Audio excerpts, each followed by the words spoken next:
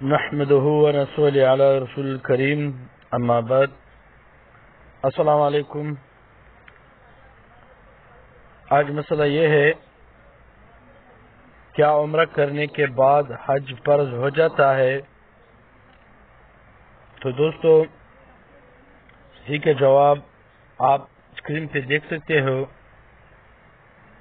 علی الاطلاق عمرہ کرنے سے حج فرض نہیں ہوتا، البتہ اگر کوئی اشہر حج شوال، ذوالقعدہ اور ذوالحجہ کے 10 دن میں مکہ معظمہ میں رہے اور اس کے پاس حج کے مصارف بھی ہو تو اس پر حج فرض ہو جائے گا۔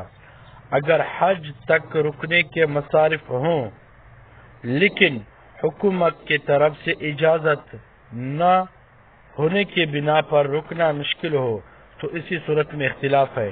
راجح یہ ہے کہ حج فرض ہو جاتا ہے۔ احسن الفتاوی 529 صفحے میں اور جلد نمبر 4۔ واضح رہے کہ اگر کسی نے پہلے حج کر رکھا ہو تو اس پر شوال وغیرہ میں عمرہ کرنے کی وجہ سے دوبارہ حج فرض نہ ہوگا، اس کا مذکورہ مسئلہ سے کوئی تعلق نہیں ہے۔ تو سوال یہ ہے، اگر کوئی شخص شوال کے مہینے میں مکہ مکرمہ جاتا ہے عمرہ کی نیت سے تو کیا اس پر حج فرض ہو جائے گا؟ جواب، عمرہ کرنے والا اگر شوال شروع ہونے سے پہلے واپس آ گیا تو حج فرض نہیں ہوا، اور اگر شوال وہی مکہ میں شروع ہو گیا اور اس کے پاس مصارف حج بھی موجود ہو تو حج فرض ہو جائے گا۔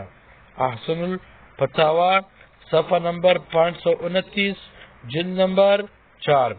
دوستو، تو یہ مسئلہ جو ہے آپ یہاں دیکھ سکتے ہیں اور اسکرین پر بھی دیکھ سکتے ہو۔